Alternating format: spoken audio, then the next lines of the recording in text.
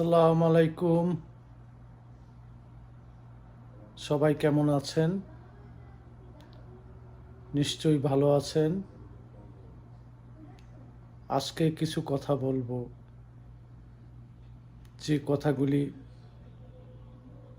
হয়তো অনেকে শুনেছেন, হয়তো অনেকে শোনেননি, হয়তো কেউ ভেবেছেন, হয়তো কেউ ভাবেননি। এই বর্বরতার শেষ হবে কবে? এই বর্বরতা যেন ৭১ সনের পাক সেনাদেরও হার মানিয়ে দিয়েছে। আমরা বাঙালি জাতি ১০০ বছর পিছনে চলে গেলাম। এর দায় দায়িত্ব কে নেবে? গণহত্যা হয়েছে, এর দায় দায়িত্ব কে নেবে?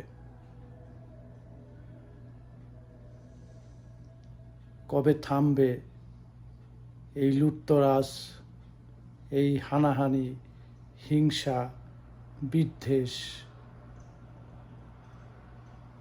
কোন দিন এই বাঙালি জাতি মুক্তি হবে? মুক্তি পাবে? মুক্তি পাবে কি গণতন্ত্র? মুক্তি পাবে কি মানুষের অধিকার? কে কার কাছে প্রশ্ন করবে? কে দিবে তার উত্তর? আমরা তো অন্য কোনো গ্রহ থেকে আসিনি। একই জাতের, একই জাতি, একই ভাষা, একই সংস্কৃতি।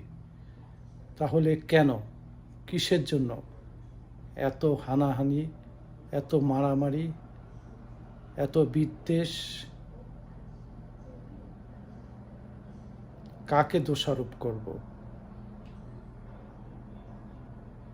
এখনো তো সেই একই ধারায় চলছে রাজনীতির নামে।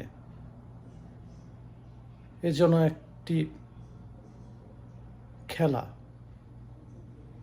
রাজনীতির নামে ধ্বংসলীলা চালিয়ে কেউ কেউ অনেক আনন্দ পাচ্ছেন, কিন্তু তারা কি বুঝতে পারছেন এই হিংসার অবসান হবে না? এভাবে চলে না, এভাবে চলতে দেওয়া যায় না। দেশ এবং জাতি এবং জনগণ কার কাছে বন্দী? কোথায় যাচ্ছে আমাদের দেশটা? আমরা কি কেউ একটু ভাবিনি? ভাবছি না?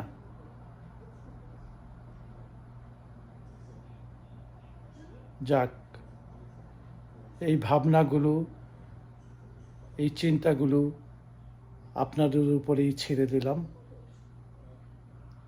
আপনারা বিচার করবেন, ভাববেন, চিন্তা করবেন। আবার আসব কিছু কথা নিয়ে। ভালো থাকুন। আল্লাহ হাফেজ।